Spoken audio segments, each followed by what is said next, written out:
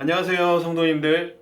오늘 이 시간에는 사사기 성경 강의 7번째 시간입니다. 7번째 시간으로 사사 삼손이라는 제목으로 함께 말씀을 나눠보도록 하겠습니다. 오늘 이 시간에 특별히 사사들의 마지막 이야기를 하고자 합니다. 사사의 대표적인 인물이자 영화와 드라마로 수없이 소개되었던 가장 드라마틱한 인생을 살았던 사사 삼손과 관련된 이야기입니다. 그러나 이 이야기를 시작함에 있어서 분명히 해둘 것이 있습니다. 그것은 이 삼손은 그 어떤 시대의 사사보다 함량미달이었던 사람이다 라고 하는 것입니다. 그의 유명세 때문에 그를 오해해서는 안 된다 라고 하는 것이죠. 삼손은 군사적인 지도자가 아니었으며 또 이스라엘을 구원하는 일에 더욱더 관심이 없었던 사람입니다.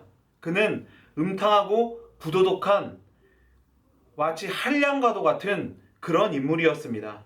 삼손의 유일한 관심사는 이스라엘을 억압하고 있는 이 블레셋 사람들의 여자들과 놀아나는 일이었다라고 해도 결코 과언은 아닐 것입니다.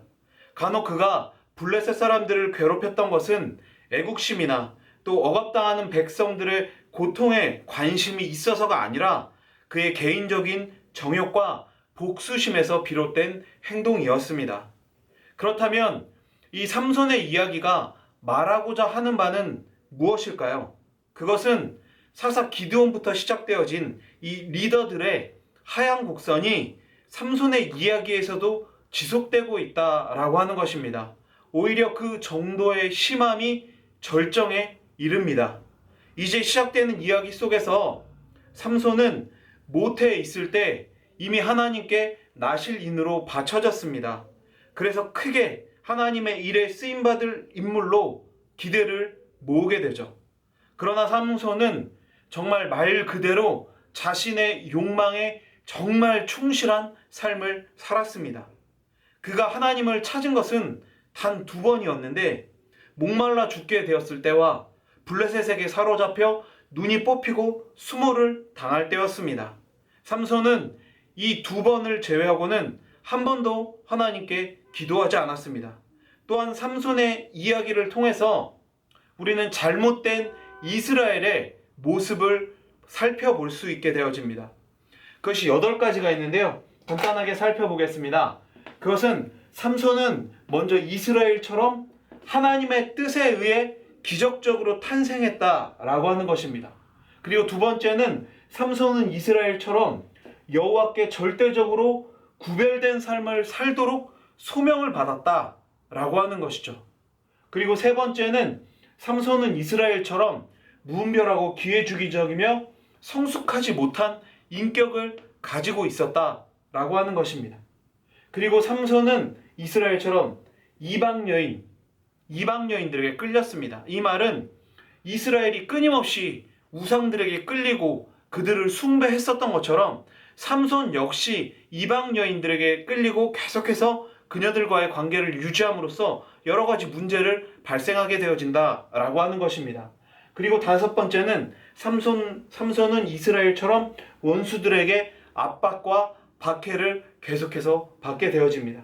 그리고 6번째는 삼손은 이스라엘처럼 고통이 임해야만 하나님을 찾는 모습을 보여주고 있습니다. 그리고 7번째로는 삼손은 이스라엘처럼 앞을 보지 못합니다. 이것은 영적인 눈이 어두워졌다라고 하는 의미도 가지고 있고, 마지막에 삼손이 사로잡혀서 눈이 뽑혀서 더 이상 앞을 보지 못한 것도 같이 가지고 있습니다. 그러니까 육체적인 눈도 멀어서 제대로 앞을 보지 못하고 영적인 눈도 어두워져서 앞을 보지 못하는 모습이 이스라엘의 모습과 똑같다라고 하는 것입니다. 하나님을 제대로 보지 못하고 하나님의 일하심을 보지 못한 채 끊임없이 우상에 몰두하고 있는 이 이스라엘의 모습이 삼손의 모습에 투영되어서 그렇게 나타나고 있다라고 하는 것입니다. 그리고 마지막 8번째는 삼손은 이스라엘처럼 하나님께 버림받고도 그것을 깨닫지 못한다라고 하는 것입니다. 이것이 바로 영적인 무지의 절정이라고 말할 수 있을 것입니다.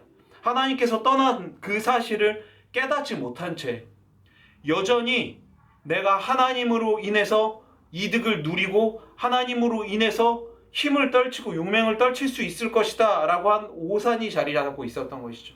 그렇다면 이스라엘은 이것이 어떻게 해당되어질까요?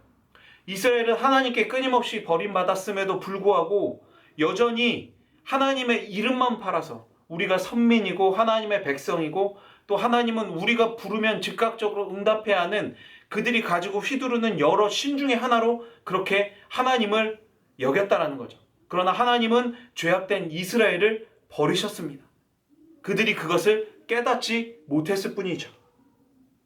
이런 요소들이 알려주고 있는 것은 단지 삼손이라는 이 한 사람의 드라마틱한 인생의 이야기를 들려주고 있는 것이 아니라 그 안에 불순종의 모습 속에 담긴 죄악을 이스라엘과 또 지금을 살고 있는 영적 이스라엘인 우리에게 알려주고 있는 것입니다.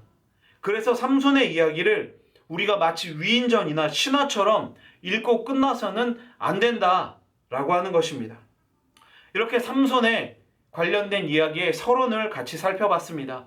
이제 본격적으로 삼손에 대한 이야기를 함께 나눠보도록 하겠습니다.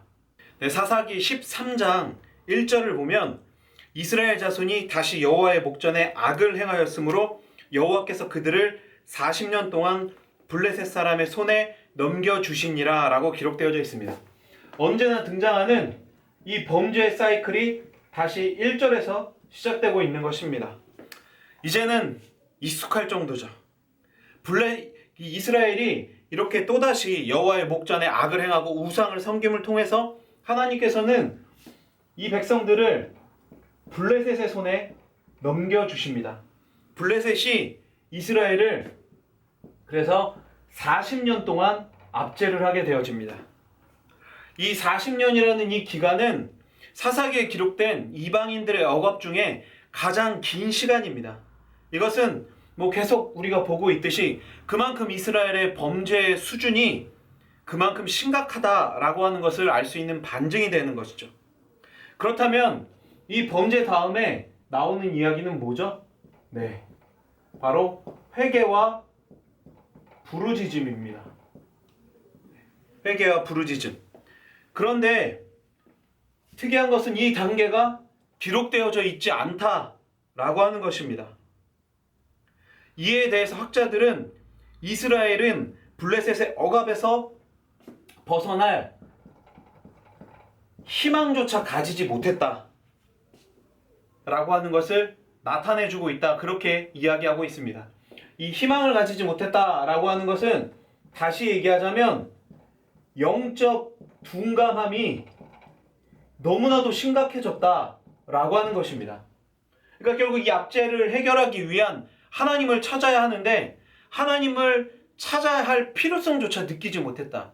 하나님에 대한 희망조차도 품지 못했다라고 하는 것은 그 어느 시대보다도 이 영적인 둔감함이 최악의 상황에 처해 있었다라고 하는 것, 최고의 암흑기를 보내고 있다라고 하는 것을 알려주고 있는 것입니다.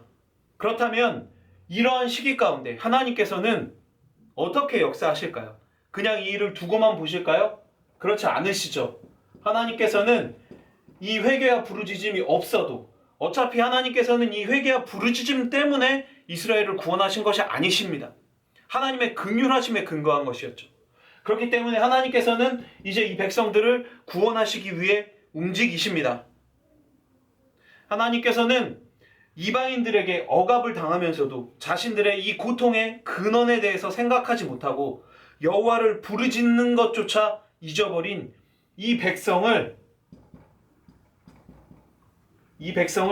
내어버려 두시지 않으셨습니다.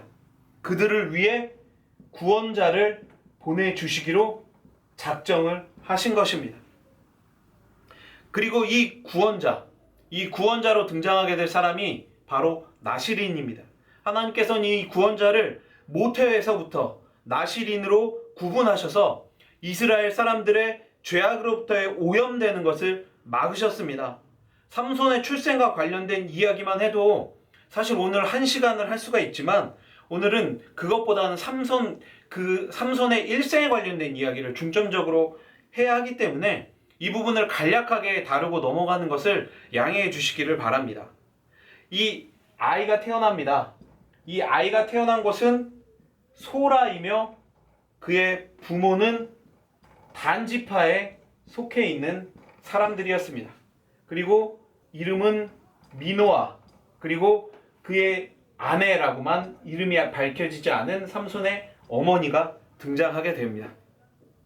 이스라엘뿐만 아니라 고대 근동사회에서 불임은 신의 징벌이고 다사는 신의 축복이라고 그렇게 여겼습니다. 그래서 이 마노아의 아내가 임신하지 못하고 있다라고 하는 이것은 하나님의 언약적 저주가 지금 이스라엘에게 임하고 있다라고 하는 것을 암시하고 있는 것입니다. 그러니 이것은 이 여인 개인에게 해당된 저주가 아닙니다.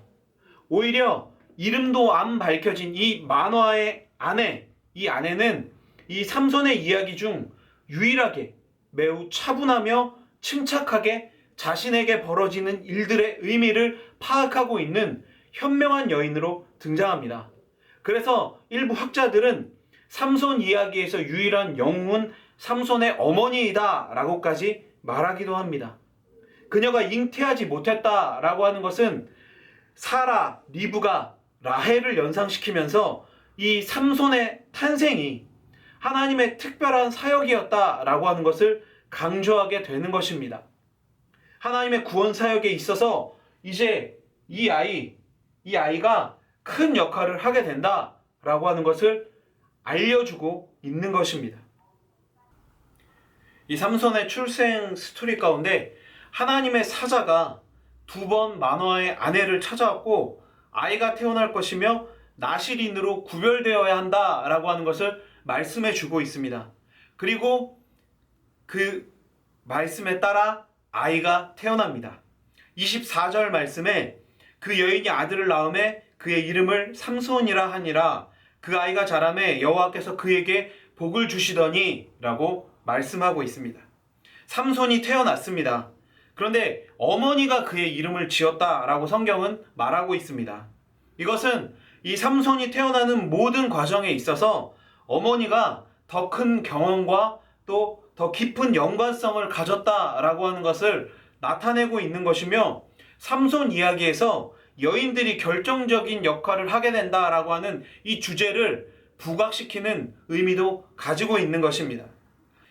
그 첫 번째 여인과 관련된 사건은 사사기 14장에서 등장하고 있습니다. 시간 관계상 본문 말씀을 다 읽지는 않겠습니다. 먼저 1절부터 이 4절까지의 내용을 보면 당시의 결혼 풍습에 의해서 양가의 부모들에 의해 혼약이 이루어지고 있는 것을 볼 수 있습니다. 결혼을 하게 되면 부모들끼리 먼저 만나 신부의 몸값을 정하고 신랑의 아버지가 신부의 아버지에게 그 값을 치름으로 신부를 맞이할 수가 있는 것이 이 고대 근동의 풍습이었던 것입니다. 그래서 삼손이 부모에게 결혼을 요청하고 있습니다.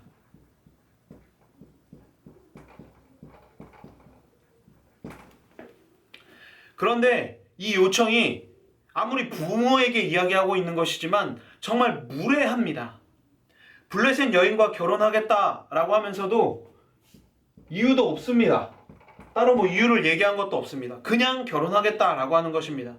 마치 어린아이가 유치원에서 만난 여자친구를 보고 예뻐서 결혼하겠다라고 말하는 것처럼 정말 그런 어이없는 상황이 나타나고 있는 것입니다.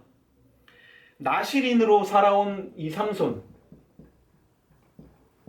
나실인으로 살아온 삼손이 이스라엘을 지배하고 괴롭히는 이민족의 여인의 단지 외모만을 보고 한눈에 반해서 아내로 달라라고 그렇게 밑도 끝도 없이 부모에게 조르고 있습니다. 특히 삼손은 부모와의 대화 중에 2절에서 이제라고 이야기를 합니다. 이제. 여기서 이 이제라는 말의 뜻은 당장 그 여자를 아내로 맞이하고 싶다라고 하는 것입니다. 성경 저자는 삼손이 순간적인 만족만을 추구하는 사람이었다라고 하는 것을 이러한 표현들을 통해서 계속해서 강조하면서 이 참담한 일이 전적으로 옳고 그름을 분별하지 못하는 삼손의 어리석음과 고집에서 비롯되었다라고 하는 것을 강조하고 있습니다. 그런데 여기에서 우리의 관심을 끄는 것은 바로 이 4절 말씀입니다. 그렇다면 이 4절 말씀에 따르면 삼손은 마치 하나님의 말씀에 따라 창녀와 결혼한 호세아 선지자처럼 하나님의 뜻을 알고 행하려 했다라고 하는 말이 되는 것일까요? 안타깝게도 그렇지 않습니다. 4절은 바로 하나님의 관점에서 이 결혼을 조명한 것입니다. 하나님께서 삼손의 결혼 문제로 블레셋 사람을 치실 것을 계획하셨다라고 하는 것입니다. 그렇다면 삼손은 이런 일에 사용하시려고 처음부터 그냥 이렇게 이 여자를 좋아할 수밖에 없는 이를테면 그런 운명이었다라고 말할 수 있을까요? 그러나 우리는 기드온이나 입다를 통해서 하나님의 영이 임했다고 해서 마치 아무런 의지 없이 짜여진 각본대로 그냥 그렇게 움직이지 않는다, 사람이 그렇게 움직이지 않는다라고 하는 사실을 알게 되었습니다. 그렇다면 이것은 삼손을 마치 인형처럼 하나님께서 꼭두각시 인형처럼 그렇게 조정하셨다라기보다는 그의 이러한 성품을 이용하셨을 것이다 라고 생각해 볼 수 있는 것입니다. 하지만 저자는 이 질문에 대한 답을 남겨놓고 있지 않기에 지금 이 상황에서 확답을 내릴 수는 없습니다. 그러나 중요한 것은 하나님께서 어떤 정황 속에서도 자신의 뜻을 이루어 나가시는 그런 분이시다라고 하는 것이 이 본문을 통해서 나타나고 있다라고 하는 것을 알 수 있게 되어지는 것입니다. 그리고 이어진 이 5절에서 7절까지의 말씀 속에 등장하는 상황을 보면 자식을 이기는 부모가 없죠. 결국 부모들은 그의 결혼을 주선하기 위해 삼손과 함께 딥나로 갑니다. 그러나 딥나의 포도원에서 사자를 만나게 되어지죠. 그리고 우리가 너무나도 잘 아는 이 유명한 장면답게 삼손은 괴력을 발휘해서 사자의 입을 잡아 그 사자를 찢어서 죽입니다. 아직 그가 천부적인 힘을 지닌 용사였는지에 대해서 성경은 알려주지 않고 있습니다. 다만 위기에 처한 삼손은 하나님의 영이 그에게 힘을 주셨기 때문에 사자를 죽이게 되었다라고 하는 것을 말씀해 주고 있는 것입니다. 삼손은 자신의 힘의 근원을 알고 있었을까요? 그러나 그것에 대해서도 성경 저자는 명확한 답을 주고 있지 않기 때문에 우리는 이것에 대한 답도 조금 뒤로 미뤄야 할 것 같습니다. 어쨌든 삼손은 이렇게 사자를 죽인 사실을 부모에게 알리지 않았습니다. 왜 알리지 않았을까요? 겸손해서일까요? 아닙니다. 바로 나실인의 규례 때문입니다. 나실인의 규례 때문인데 이 규례가 어떤 것이냐면은 나실인은 우연이라고 하더라도 주검을 접하면 그동안 길렀던 머리카락을 자르고 성막에 찾아가 제물을 바치며 8일 동안 정결 예식을 치러야만 했습니다. 그러나 지금 삼손의 마음이 어디에 있습니까? 삼손의 마음은 정말 콩밭에 가 있습니다. 빨리 딥나로 가서 블레셋 여인과 결혼을 해야 하는데 성막에 가서 이런 예식을 치르는 것은 말 그대로 시간 낭비, 돈 낭비였던 것입니다. 여호와의 율법은 안중에도 없었던 것이죠. 이것이 과한 해석일까요? 아닙니다. 증거가 하나 더 있습니다. 삼손이 이 사자를 만난 곳이 어디죠? 포도원입니다. 그리고 이 정황을 봤을 때 삼손은 부모들에 앞서서 먼저 가고 있다가 이 딥나의 포도원에 들어간 것입니다. 그러나 나실인의 규례에 보면 포도주와 독주를 피하라 라고 얘기하고 있습니다. 그렇기 때문에 이 포도주를 생산하는 포도원도 이 삼손이 멀리해야 할 것 중에 하나였습니다. 그런데 아무 꺼리낌 없이 그는 포도원에 들어갔고 사자를 만난 것입니다. 율법에 따라 살고자 하는 마음이 전혀 없다라고 하는 것이 드러나고 있는 것입니다. 이것은 정말 그의 심각한 영적 무지를 나타내주는 사건입니다.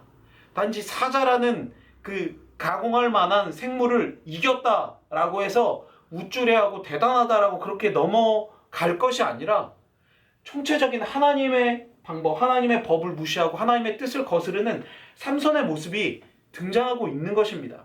그래서 어떤 학자는 이 사자를 하나님께서 보내신 이유가 삼손이 포도원에 들어가는 것을 막기 위해서다. 포도원에 들어가서 죄를 범하는 것을 막기 위해서다라고 그렇게까지 보기도 하는 것입니다. 물론 이 해석에 동의할 수는 없지만 그만큼 이 하나님의 뜻에 대해서 관심이 없었던 삼손의 모습은 변명할 여지가 없는 사실인 것입니다. 그리고 이렇게 열심히 가서 드디어 이 여인을 만나게 됩니다. 7절 말씀에 그가 내려가서 그 여자와 말하니 그 여자가 삼손의 눈에 들었더라 라고 합니다. 하나님의 법은 과감히 무시하며 산 삼손에게 이 여인의 모습은 눈에 딱 들었다. 보기 너무 좋았다 라고 하는 것은 자신의 소견에 옳은 대로 행하였었던 이 시대의 모습이 적나라하게 드러나고 있는 것입니다. 그리고 이렇게 만난 이후에 이제 8절에서 9절로 이어지는 결혼 스토리가 등장합니다. 양가 부모들이 결혼에 합의한 후에 삼손은 블레셋 여인과 혼례를 올리기 위해 길을 떠났습니다.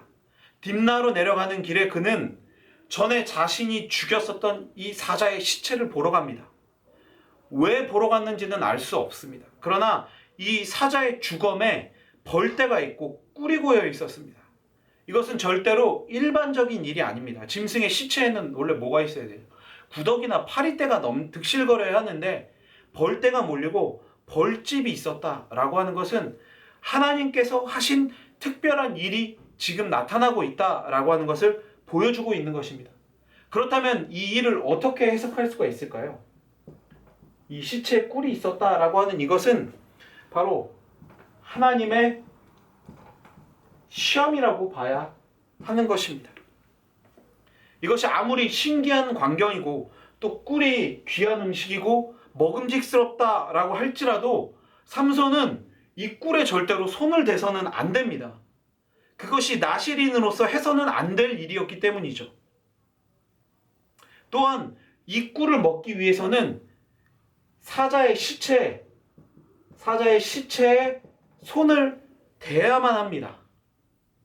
처음 사자를 죽인 사실을 알리지 않은 것, 이것에 대해서 관대하게 넘어간다 할지라도 지금 이 상황은 절대로 그냥 넘어갈 수는 없는 일입니다. 삼손은 나아가 이 자신의 욕구와 이 자신의 정욕을 충족시키기 위해서 이 꿀을 먹었고, 그리고 이것을 사실도 알리지 않은 채 그 부모에게도 주어서 먹게 하는 것입니다. 이것은 이 부모조차도 부정하게 만드는 죄악된 행동이었다라고 하는 것입니다. 삼손은 자신의 욕구를 충족시키는 일과 순간적인 만족을 위해서만 살 뿐 하나님의 율법에는 관심도 없고 나아가 하나님의 하나님을 무시하고 있는 것입니다. 어떤 관대한 모습으로 살펴보더라도 삼손의 이 행동에는 이제 더 이상 변명의 여지도 없는 것입니다. 이어진 10절에서 20절까지의 말씀에는 이 삼손의 결혼 이야기가 계속해서 기록되어져 있습니다. 이 삼손 일행이 신부 집에 도착했습니다. 고대 근동 사람들은 이 결혼잔치를 신부 집에서 일주일 동안을 해야만 했습니다. 이 기간 동안 신랑은 신부의 풍습과 의식을 따라 주어야만 합니다. 당시 이 결혼잔치에서 빠질 수 없는 게 바로 술이었기 때문에 결국 이 일주일 동안은 술잔치를 벌였다라고 그렇게 볼 수밖에 없는 것입니다. 나실인이었던 이 삼손이 술잔치를 일주일이나 행했다. 그러나 우리가 앞에서 계속해서 살펴본 삼손의 면모에 따르면 사실 이제 이 정도는 더 이상 놀랍지도 않은 그런 일일 것입니다. 이때 삼손은 잔치에 와 있었던 블레셋 사람 30명에게 수수께끼를 제안을 합니다. 이들에게 수수께끼를 내서 이 7일 동안 수수께끼를 그들이 맞추면 삼손이 베옷 30벌과 겉옷 30벌을 그들에게 주고, 만약에 그들이 맞추지 못하면 이것을 삼손에게 주어야 한다라고 하는 이런 규칙으로 삼손이 그들에게 수수께끼를 제안한 것입니다. 그리고 그들이 응했습니다. 이 수수께끼 내용은 무엇일까요? 네. 먹는 자에게서 먹는 것이 나오고 가난 자에게서 단 것이 나왔다. 이것이 무엇이냐? 라고 하는 것입니다. 이 답은 삼손이 딥나의 포도원에서 체험한 것을 이야기한 것이기 때문에 사실 이것을 맞출 수 있는 사람은 아무도 없었습니다. 3일 동안 이 수수께끼를 풀지 못한 블레셋 사람들은 그래서 4일째 되는 날 아주 비열한 방법을 동원합니다. 바로 삼손의 아내를 협박한 것입니다. 네가 우리에게 수수께끼의 답을 알아오지 못하면 너와 내 아버지의 집을 불사르겠다라고 그들이 협박을 하고 있는 것입니다. 그래서 4일째 되는 날부터 7째 되는 날까지 그의 아내는 눈물로 삼손에게 간청을 합니다. 이에 삼손은 처음에는 부모에게도 알려주지 않은 것을 말할 수 없다라고 그렇게 단호히 거절했지만 4일 동안의 요청에 결국 답을 말해주게 됩니다. 여인은 어떻게 했을까요? 당연히 이 답을 블레셋 사람들에게 알려주었습니다. 여기서 우리가 알아야 할 것이 있습니다.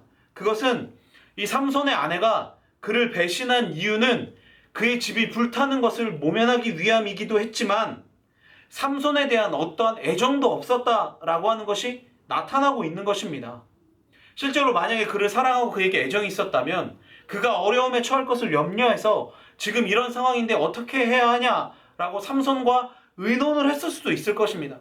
그러나 전혀 그렇게 하지 않고 무조건 블레셋 사람들의 편을 들었다라고 하는 것은 이 여인도 삼손에게 그다지 애정이 없었다라고 하는 것을 반증하고 있는 것입니다. 이것을 통해서 당연히 내기에서 어떻게 됐을까요? 삼손이 지게 되죠.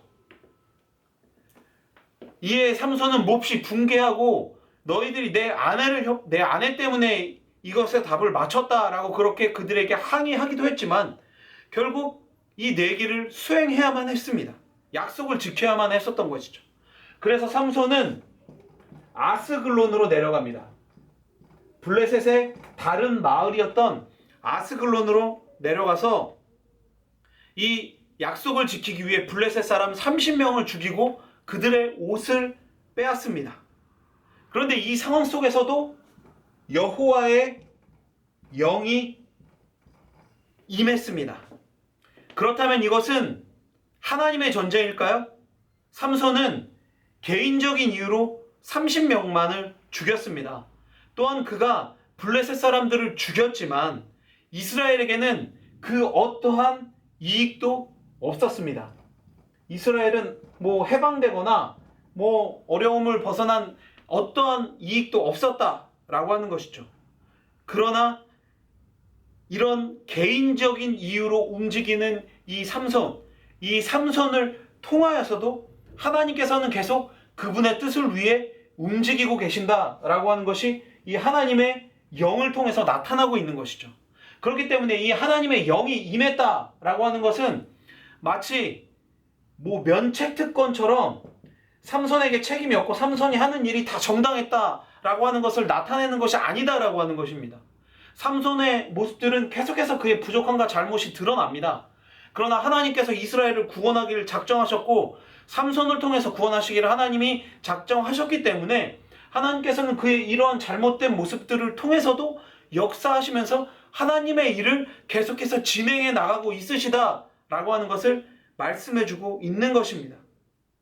그리고 약속대로 이렇게 이 30벌의 옷을 구해서 그들에게 나눠주었던 삼손은 분이 풀리지 않아서 아내를 혼자 둔 채 자신의 집으로 돌아갑니다. 이에 그의 장인은 삼손이 다시는 자신의 딸을 찾지 않으리라 라고 그렇게 여겨서 딸을 결혼식에 참석했던 사람 중에 삼손의 친구에게 아내로 주었습니다. 시간이 흐른 후에 화가 가라앉은 삼손은 화해를 상징하는 염소 새끼를 가지고 다시 아내를 찾아옵니다. 그리고 여기서부터 엄청난 비극이 시작되죠. 삼손이 처가에 방문했을 때 장인은 몹시 난감했습니다. 그리고 황당한 변명을 늘어놓죠. 15장 2절 말씀에 보면 이르되 내가 그를 심히 미워하는 줄 알고 그를 내 친구에게 주었노라.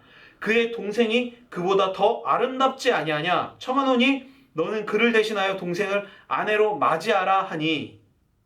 장인은 삼손이 자기 딸을 미워했으니 떠난 것이 아니냐라고 말을 합니다. 그리고 이미 다른 사람에게 아내로 주었으니 더 아름다운 그 여인의 동생을 아내로 다시 맞이하라 라고 하는 것입니다. 어떻게 보면 육신의 정욕만을 따르던 삼손에게 혹할 수 있는 그런 제안이기도 했을 것입니다. 그러나 이 삼손은 장인의 제안을 거부하며 이번만큼은 당당하게 자신이 블레셋 사람들에게 해를 끼칠 것이다 그렇게 선언합니다.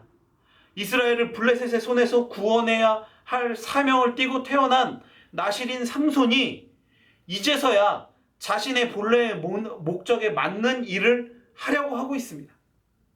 그러나 여기서도 그는 사명감이나 어떤 소명으로 인해 이 일을 하는 것이 아니라 개인적인 복수심에 매달리고 있습니다. 집중하고 있습니다. 물론 하나님께서는 이런 삼손의 개인적인 복수극을 이용하여 목적을 이루실 것입니다. 그러나 이렇게 개인적인 감정에만 매달리는 삼손에게 이러한 일들이 그에게 또 그의 신앙에 긍정적인 영향을 줄 수는 없었을 것입니다.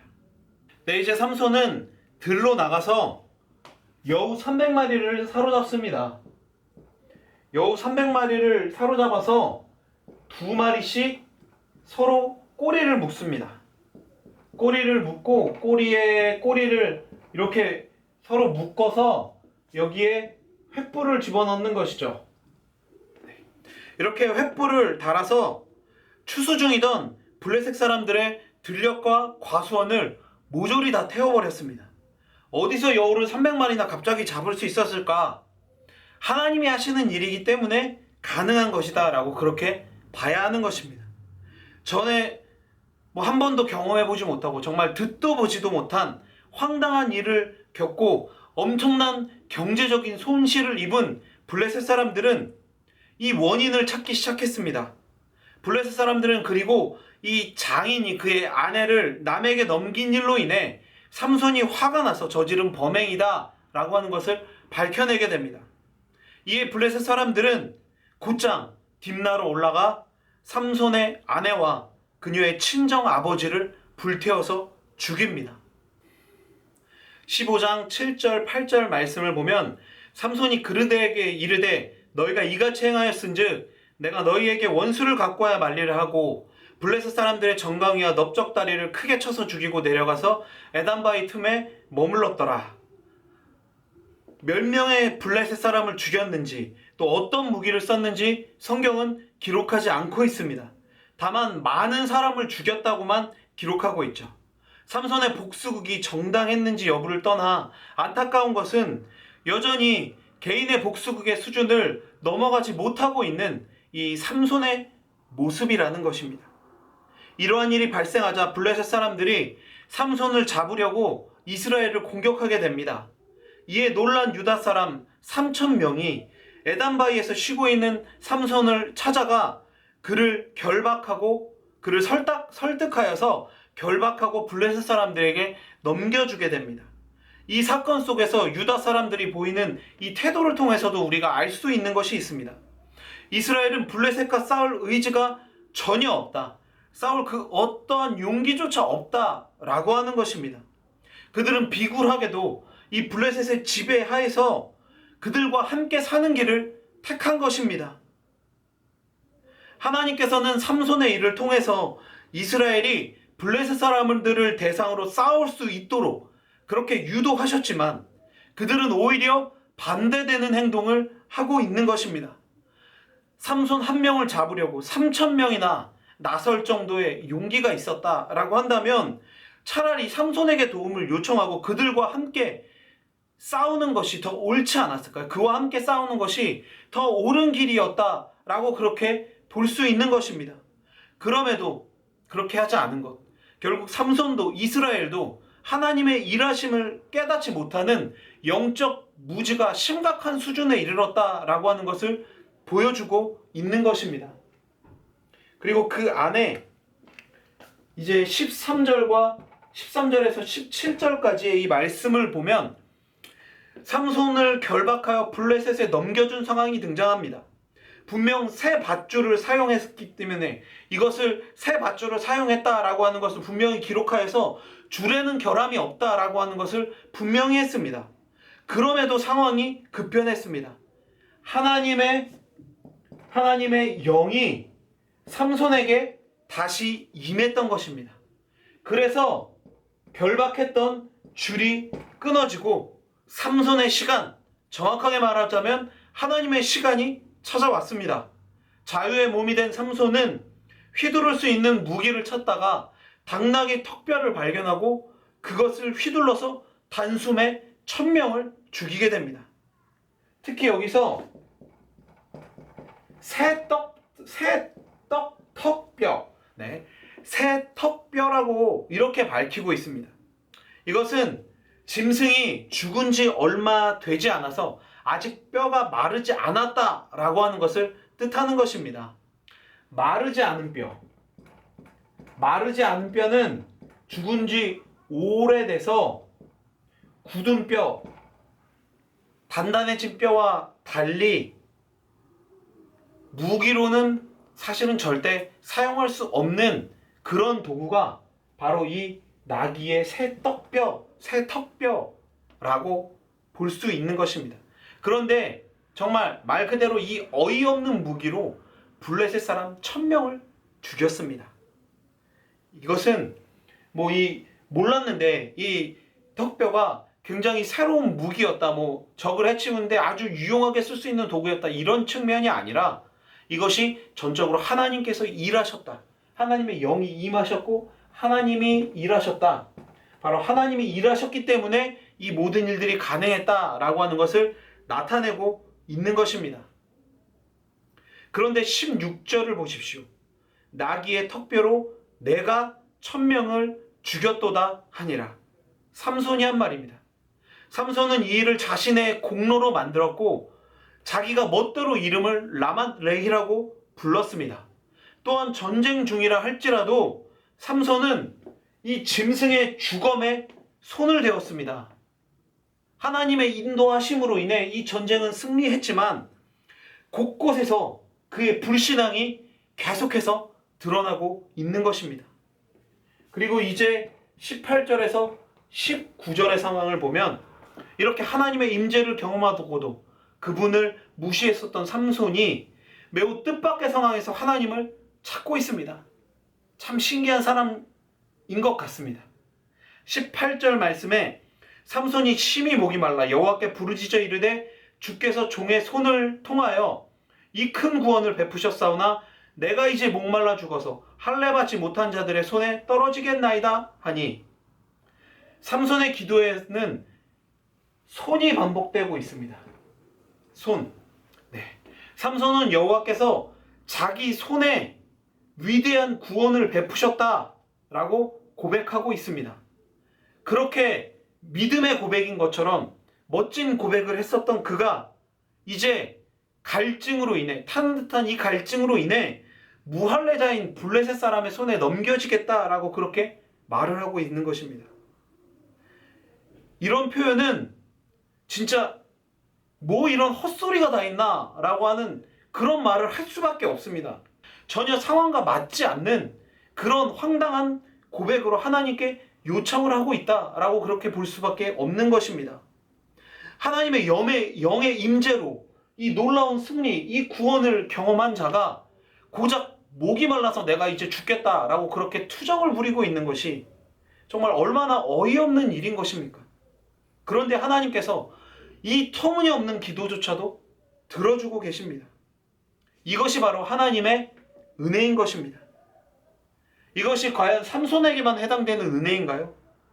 인간의 연약함과 부족함에도 실망하지 않고 계속해서 은총을 베푸시는 분이 바로 삼손의 하나님이시고 우리의 하나님이시다 라고 하는 것을 성경은 말씀해주고 있는 것입니다.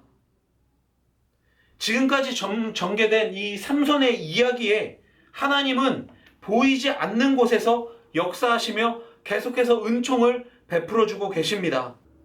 이 기도를 들어주신 이것은 이 삼손 개인을 위한 것일 뿐만 아니라 이스라엘 공동체를 위한 것, 나아가 이 말씀을 대하게 되는 우리에게도, 우리가 이렇게 연약하고 부족할지라도 하나님의 은혜를 체험하고 하나님의 임재를 경험할 수 있다라고 하는 희망을 우리에게도 주는 것입니다. 하나님의 은혜가 임하는 것을 우리가 깨닫게 만들어주고 그것에 감사할 수 있게 만들어준다라고 하는 것이죠.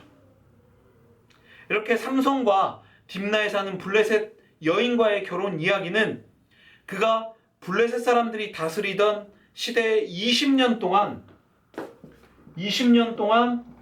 이스라엘의 사사로 지냈다라고 하는 말로 끝나게 되어집니다. 얼핏 보면 같은 방식으로 끝나는 것 같습니다. 그러나 그 안에 분명한 차이점이 있습니다. 첫 번째는 이 이방인이 이스라엘을 다스리던 시대에 사사로 지낸 자는 삼손이 처음이라는 것입니다. 다시 말하면 블레셋의 지배를 당연시하게 여기는 그런 모습이 나타나고 있다라고 하는 것입니다. 그리고 두 번째는 입다 때도 얘기를 했지만 삼손이 이스라엘 사사로 있는 중에 이스라엘에 평온이 있었다라고 하는 말이 없습니다. 그것은 다시 얘기하자면 사사로서의 역할을 삼손이 제대로 감당하지 못했다라고 하는 것이 되는 것이죠. 네, 이제 두 번째 여인이 등장합니다. 16장으로 넘어가서 16장 1절에서 3절까지의 이 말씀을 보면 20년 동안 사사로 있었다라고 하는 이 이야기 뒤에 또 다른 이상한 이야기가 시작되고 있습니다. 삼손은 후에 가사에 사는 한 기생을 찾아갔다라고 기록되어져 있습니다. 이 가사는 블레셋의 5도시 가운데 하나입니다. 주요 5도시 가운데 하나인데, 그렇다면 이 여인도 당연히 블레셋 여인이었을 것입니다. 그 엄청난 일을 겪고도 같은 잘못을 계속해서 반복하고 있는 삼손, 여전히 하나님의 법에 대한 경각심이라고는 찾아볼 수 없는 이 삼손의 모습이 계속해서 나타나고 있는 것입니다. 마치 계속해서 죄를 지으면서도 그것이 때로는 죄라는 것을 깨달으면서도 또다시 같은 죄에 물들어서 살아가고 있는 우리에게도 주는 굉장한 메시지이고 우리의 경각심을 깨우는 그러한 사건이라고 볼 수 있는 것입니다. 이번엔 앞장 첫 번째 여인에게 그나마 있었던 이 로맨스조차도 이제는 실종되었습니다. 그냥 철저하게 자신의 욕망에 집중하고 있는 삼손의 모습이 나타나고 있습니다. 그런데 이 삼손이 이제 가사에 왔다라고 하는 이 소식이 알려지자 블레셋 사람들은 난리가 났습니다. 그리고 새벽에 잠든 삼손을 죽이기 위해서 많은 사람들이 매복했다라고 그렇게 성경은 기록하고 있습니다. 이 일을 알았는지 몰랐는지 삼손은 새벽이 아닌 밤중에 먼저 일어나 성 문짝들과 문설주 그리고 문빗장을 빼어 어깨에 메고 헤브론 산으로 가게 되어집니다. 정말 이거는 상식적으로 도저히 이해할 수 없는 그러한 사건이 발생하는 것입니다. 문짝을, 성문 문짝이 우리 집 방문도 아니고 그것을 빼어서 어깨에 짊어지고 갔다라고 하는 것도 믿을 수 없는 일이고, 또 헤브론 산은 이 가사에서 바로 뭐 코앞에 있는 산이 아닙니다. 이 가사에서 헤브론 산까지는 60km 정도의 거리라고 합니다. 이 거리를 성문을 어깨에 메고 걸어서 간 것입니다. 또 이 가는 길도 굉장히 험준한 지형이다라고 그렇게 알려져 있습니다. 그렇다면 도대체 이 행동을 왜 한 것일까요? 삼손이 왜 했을까요? 삼손이 블레셋 사람들의 주요 도시 5개 중에서도 이스라엘 땅에서 가장 멀리 있는 이 가사의 성문을 뜯어다가 이 헤브론산, 이스라엘의 중심지에 있는 이 헤브론산에 가져다 버린 것은 상징적인 의미를 지니고 있는 것입니다. 절대 이길 수 없을 것 같아서 그들이 지금 복종하고 있는 이 블레셋이 사실은 그렇게 강한 존재가 아니다라는 겁니다. 삼손이라는 이 한 사람이 블레셋을 막 들어갔다 나왔다 막 성문을 뜯었다가 막 이렇게 마음껏 유린을 하고 있는 것입니다. 누구도 블레셋 사람 중 누구도 수많은 사람들이 매복해 있었다라고 했지만 누구도 이 삼손의 앞을 가로막지 못했습니다. 그렇다면 이 사건이 의미하는 것이 무엇일까요? 이것은 이스라엘이 지금 블레셋의 지배를 받고 있는 것은 힘의 논리가 아니라는 것입니다. 이스라엘이 약해서 어쩔 수 없이 블레셋의 지배를 받고 있는 것이 아니라 이 블레셋의 지배를 받고 있는 것은 이스라엘이 하나님을 거역했기 때문이라는 것입니다. 하나님과의 단절된 관계 때문에 그들이 블레셋의 지배를 받고 있다라고 하는 것입니다. 군사적인 문제, 힘의 논리가 아니라 영적인 논리에 의해서 봐야 한다라고 하는 것이죠. 그러나 이스라엘이 그것을 깨닫지 못하고 있는 것입니다. 그리고 이제 마지막 여인이자 삼손을 파멸로 몰고 가는 여인, 우리에게 너무나도 잘 알려진 들릴라가 등장을 합니다. 4절 말씀에 보면 이후에 삼손이 소래골짜기에 들릴라라 이름하는 여인을 사랑하매 라고 나옵니다. 들릴라, 이 소래골짜기에 살고 있었다 라고 하는데요. 다른 여인들과는 다르게 이 들릴라가 그래서 정말 블레셋 여인이냐 아니면 이스라엘 여인이었는데 배반한 여인이냐 라고 하는 것에 대해서는 해석이 분분합니다. 그래서 어떤 해석이 맞다, 이 여인이 어느 나라 사람이다 라고 분명히 단정 지을 수는 없습니다.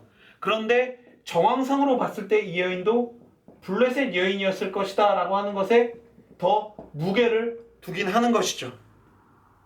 그러나 이 삼손을 팔아 넘기는 것은 뭐 이 여인의 출신이 어떻다라고 해서 바뀌는 것이 아니기 때문에 사실 크게 의미는 없을 것으로 보여집니다.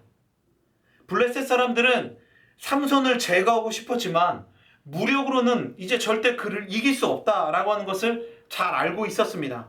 그래서 삼손이 또 여인과 사랑에 빠졌다라고 하는 이 말을 듣고 그 연인인 들릴라에게 찾아가 아주 달콤한 제안을 합니다. 삼손의 힘을 못 쓰게 하는 비밀을 알아내면 은 1100개를 한 명당 각자 은 1100개를 주겠다라고 하는 것입니다. 먼저 이 은 1100개, 뭐 일반적으로 블레셋이 5방백으로 구성되어 있는 도시이기 때문에 한 명당 1100개면 5명이면 네. 갑자기 수학을 하고 있죠. 네. 5500개가 되어집니다. 네. 뭐 이전 성경에서는 5503개라고 하고 지금은 개라고 하는데 사실 뭐 단위는 크게 중요한 것이 아니고 이 은 5500개는 무게로 따지면 665kg에 달하는 것입니다. 뭐 간단히 보면 네. 노예 한 명을 사고 파는 몸값이 대략 은 20에서 60개, 은 20에서 63개이었다라고 하고 노동자의 1년 수입이 5에서 15세겔, 5에서 15개, 은 5에서 15개라고 하는 것이니 이게 5,500개다라고 하는 것은 뭘 얘기하는 걸까요? 네. 오늘날로 따지면 로또도 보통 로또가 아니죠. 네. 대박 로또의 1등으로 당첨된 것이고 돈벼락을 맞게 되어진다라고 하는 것입니다. 그들은 이제 이 들릴라를 통해서 도저히 알다가도 모를 이 삼손이라는 이 사람의 힘의 비밀을 알아내고자 했었던 것이죠. 당신의 힘이 어떻게 생기느냐라고 하는 이 들릴라의 질문 공세, 질문 공세에 삼손은 3번 거짓으로 대답을 합니다. 첫 번째는 새 활줄로 나를 묶으면 내가 힘을 쓰지 못한다 라고 하는 것이고, 또 하나는 새 밧줄로 나를 묶으면 내가 힘을 쓰지 못한다 라고 하는 것이고, 마지막은 자신의 머리카락 7가닥을 배틀의 날실로 섞어서 그것을 짜면 내가 힘을 쓰지 못하게 된다 라고 이렇게 3가지의 거짓말을 합니다. 그런데 우리가 여기서 한번 생각해 볼 것은, 먼저 이 새 활줄은 금방 도살한 짐승에게 채취한 마르지 않는 힘줄을 이야기합니다. 그렇기 때문에 이건 역시도 도무지, 이제는 좀 기억할 때도 되었는데, 도무지 율법과는 전혀 관계없는, 나시린과는 전혀 관계없이 또다시 주검에 손을 대는 그러한 삼손, 주검에 손을 대는 것에 대해서 아무런 꺼리낌이 없는 삼손의 모습이 나타나고 있다라고 그렇게 생각해 볼 수도 있는 내용이죠. 그리고 이 새 밧줄은 지난번 유다 사람들이 삼손을 묶었을 때 썼었던 밧줄이기 때문에 이것이 성공할 리가 없다라고 하는 것은 너무나도 자명한 사실인 거죠. 그러나 중요한 것은 시간이 지날수록 점점 진실을 향해 나아가고 있다. 이것이 우리를 불안하게 하는 그런 이야기인 것이죠. 16절 말씀을 보면, 날마다 그 말로 재촉하여 졸음에 삼손의 마음이 번뇌하여 죽을 지경이라 라고 당시 상황을 기록하고 있습니다. 이 엄청난 돈의 유혹을 받은 들릴라가 쉽게 포기할 리가 있겠습니까? 계속해서 갖은 말로 삼손을 회유하고 협박하고 간절하게 매달리고 계속 알고자 했을 것입니다. 우리는 이 들릴라의 시도가 매우 위험하고 심각하다라고 하는 것을 알고 있습니다. 그녀는 놀랍게도 처음부터 대놓고 어떻게 해야 당신을 사로잡을 수 있느냐라고 이야기하면서 비밀을 알려달라 그렇게 말을 하고 있습니다. 거짓 없이 계속해서 이야기하고 실제로 그런 시도를 계속해서 행했습니다. 그렇다면 분명 삼손은 의심을 했어야만 합니다. 그리고 서둘러 이 여인을 떠났어야만 했습니다. 그러나 삼손은 이것을 마치 이 여인과 자신의 놀이쯤으로 여기고 있었습니다. 영적인 둔감함은 이제 넘어섰고, 여자의 눈이 멀어서 현실조차 제대로 파악하지 못하는 이 정말 삼손의 이 무지가 정말 극을 향해 달려가고 있다라고 하는 것을 보여주고 있는 것이죠. 이렇게 삼손은 들릴라를 의심하지 못한 채 결국 그녀의 재촉의 비밀을 말하게 되어집니다. 17절 말씀에 삼손이 진심을 드러내어 그에게 이르되 내 머리 위에는 삭도를 대지 아니하였나니 이는 내가 모태에서부터 하나님의 나실인이 되었음이라. 만일 내 머리가 밀리면 내 힘이 내게서 떠나고 나는 약해져서 다른 사람과 같으리라 하니라. 들릴라는 이 말을 듣는 순간 이제 정말 진심이다 라고 하는 것을 직감했을 것입니다. 그래서 블레셋 5 방백들을 다시 한번 불러 모았습니다. 돈도 준비하라고 당연히 이야기했겠죠. 삼손을 깊이 잠들게 한 다음 그의 머리카락을 잘랐습니다. 그랬더니 삼손이 말한 것처럼 그의 모든 힘이 사라져 버렸습니다. 우리가 어릴 때 보았었던 만화, 혹시 머털 도사라고 기억하실지 모르겠습니다. 머리가 밀리면 힘을 쓰지 못하는 도사 이야기죠.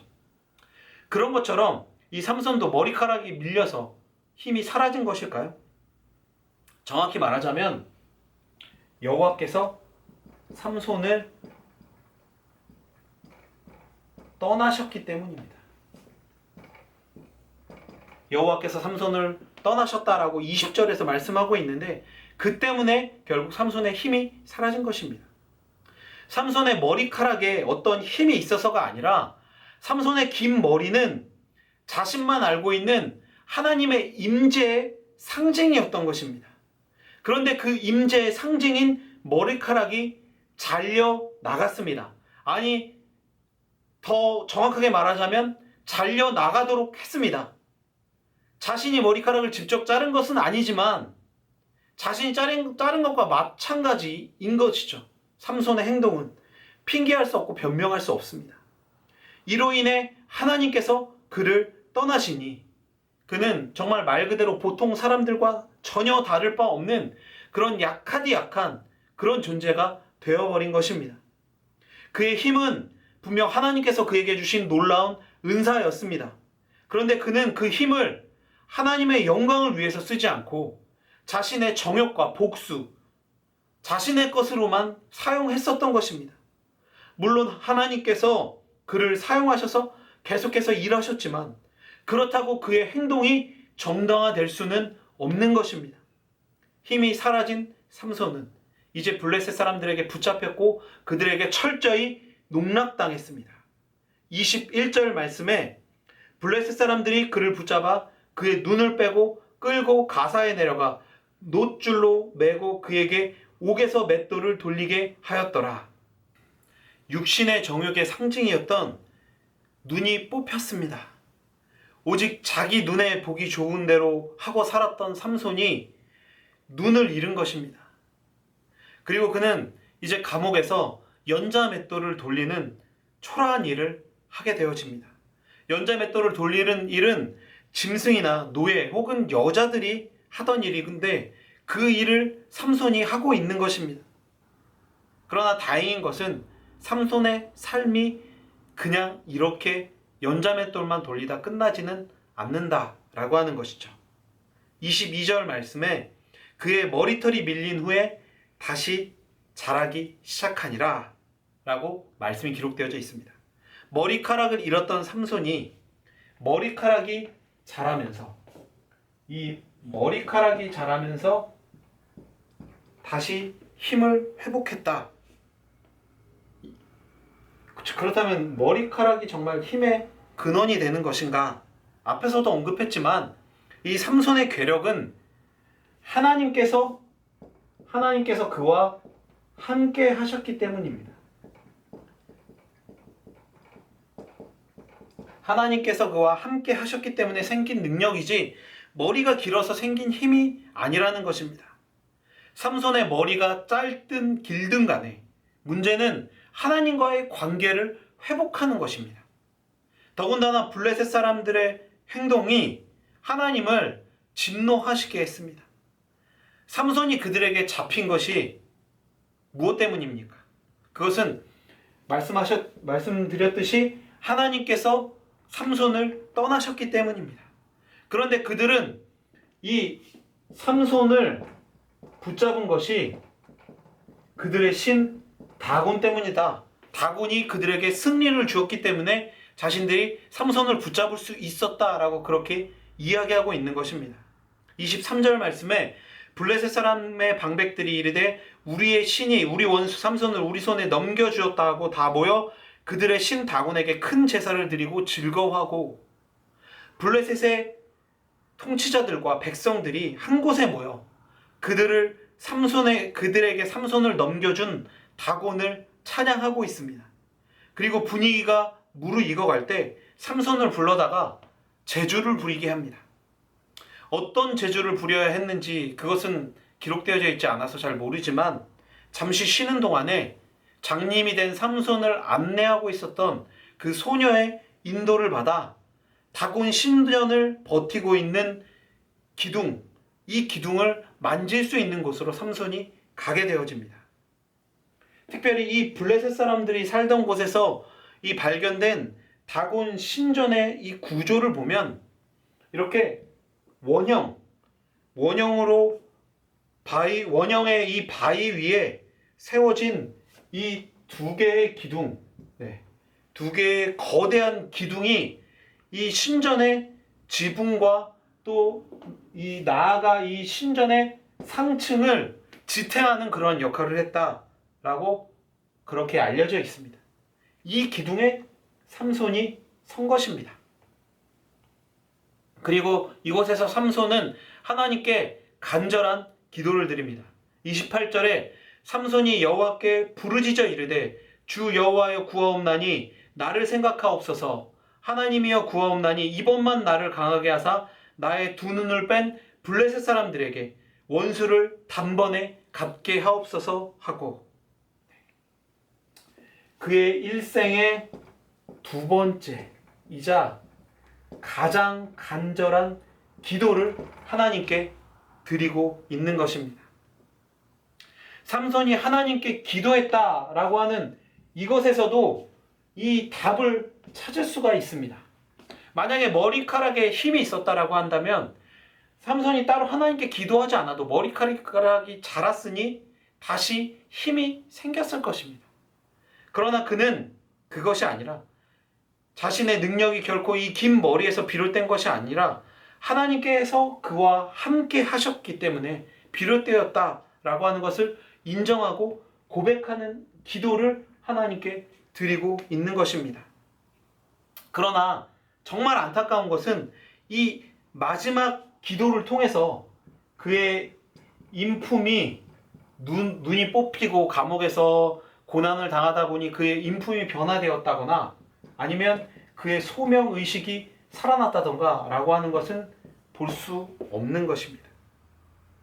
그의 기도는 자신의 두 눈을 뽑은 블레셋 사람들에게 복수하게 해달라라고 하는 것입니다.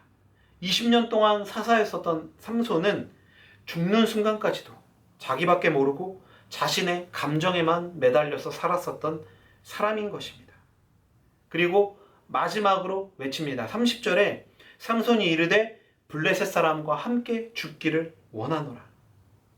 태어나기 전부터 구별되어 태어났었던 나실인으로서 그에 걸맞는 소명을 한 번도 제대로 감당하지 못하고 마지막 가는 이 순간에도 할례받지 못한 블레셋 사람들과 나의 원수인 저 사람들과 내가 함께 죽기를 원한다.